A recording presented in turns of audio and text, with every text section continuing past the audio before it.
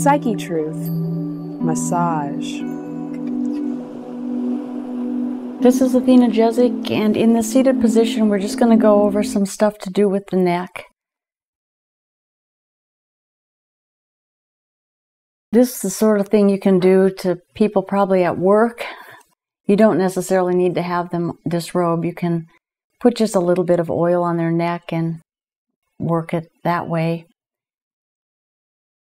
You know, but of course you want to be careful in some of these corporate positions, because if you do this, you'll probably be getting in trouble for harassment or something. So be careful if you're going to do it to your work partner. So I'm just going with the thumb and feeling what's happening in the neck and working to support her somewhat.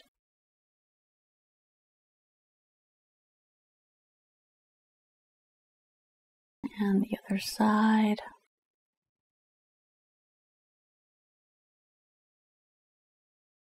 There's a muscle that attaches right here, levator scapula muscle, and it runs up here.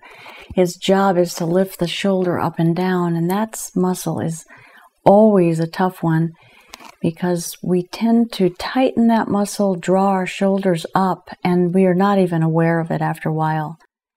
So if you feel like you're starting to wear your shoulders as earrings, just drop them down and let this muscle begin to relax. That can make the neck feel a little stiff and tight as well because its attachments are up into the cervical vertebrae. And then you have the trapezius muscle that comes up and also attaches up into the base of the skull and some of the vertebrae, and that muscle is a big one that comes more in the shape of a trapezius, a trapeze, and that's why it's called the trapezius muscle.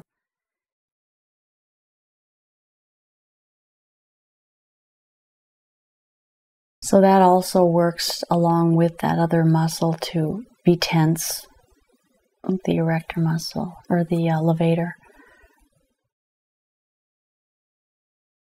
So again, it's just getting things round close to the spine, where a lot of tension is, because the spine, you know, holds it up, and the muscles next to the spine have to be active to do that.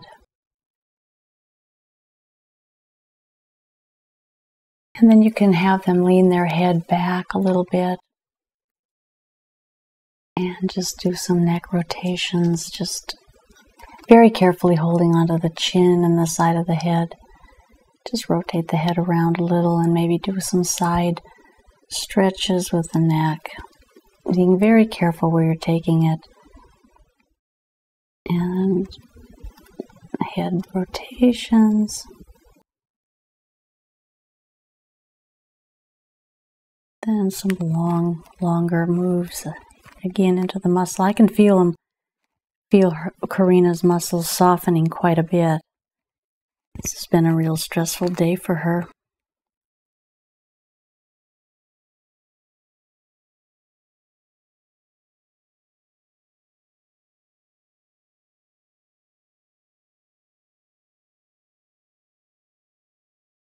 And then you want to be careful in the front part of the neck, but go along the clavicles. That's that bone, collarbone. And let some of the muscles relax there. You can go on a little bit on top of it and even have your fingers be a little bit alongside of it there on the top. And same with the bottom. And you want to be careful. Now, if you want to go on the side of the neck, you just want to be very careful. There are some muscles in there that need some attention, but again, be very careful through there.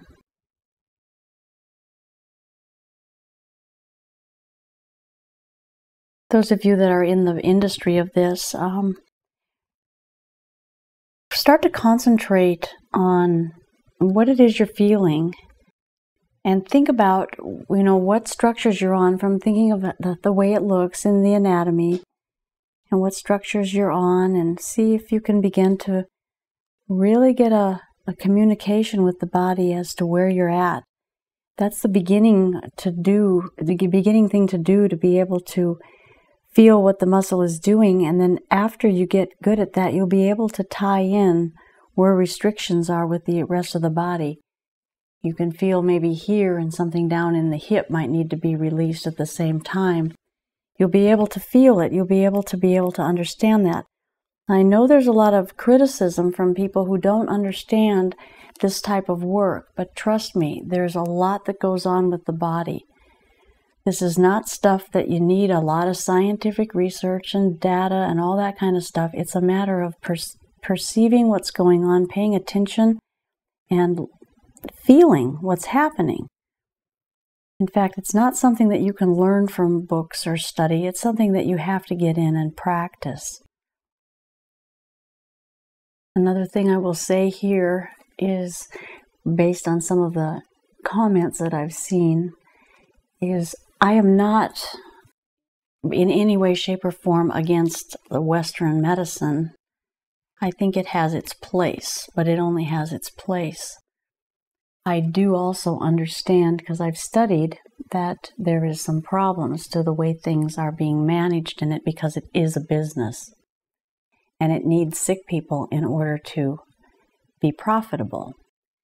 So if you are going into nursing school or medical school or pharmacy school or whatever it is where you're working in the medical industry, it would behoove you to do some research, some serious research, some copious research, and find out exactly what's going on with it. If you do some history, find out the birth of the AMA.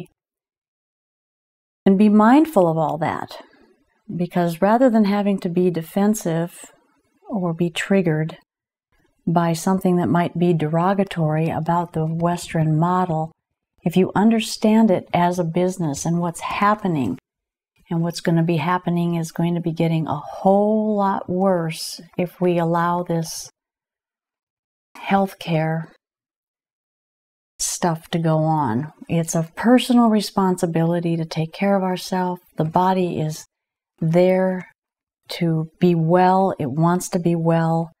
But if you're going to fill your body full of a lot of stuff that's not good for it, if you're going to neglect your body and what it needs with little exercising and breathing and relaxing and all of that stuff, you're going to be sick. And I trust you. Trust me, I will say you will not find any relief in a lot of medications for most things. It's only going to take you on a downward spiral. I've worked in this industry a long time, and I have seen damages that people have due to that industry more times than I care to even think about. A lot of that stuff was totally unnecessary. All it needed was some different types of treatment.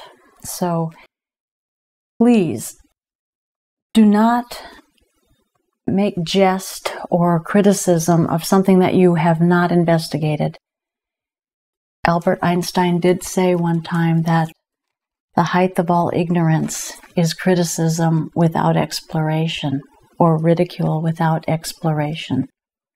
That's the height of ignorance. So I challenge all of you to take your time and do some study, and then get involved with whatever you want to in helping people, but just be aware of what it is you're doing and what it is you're up to and who's controlling what. And with that, I will say thank you so much for this series, and see you next time.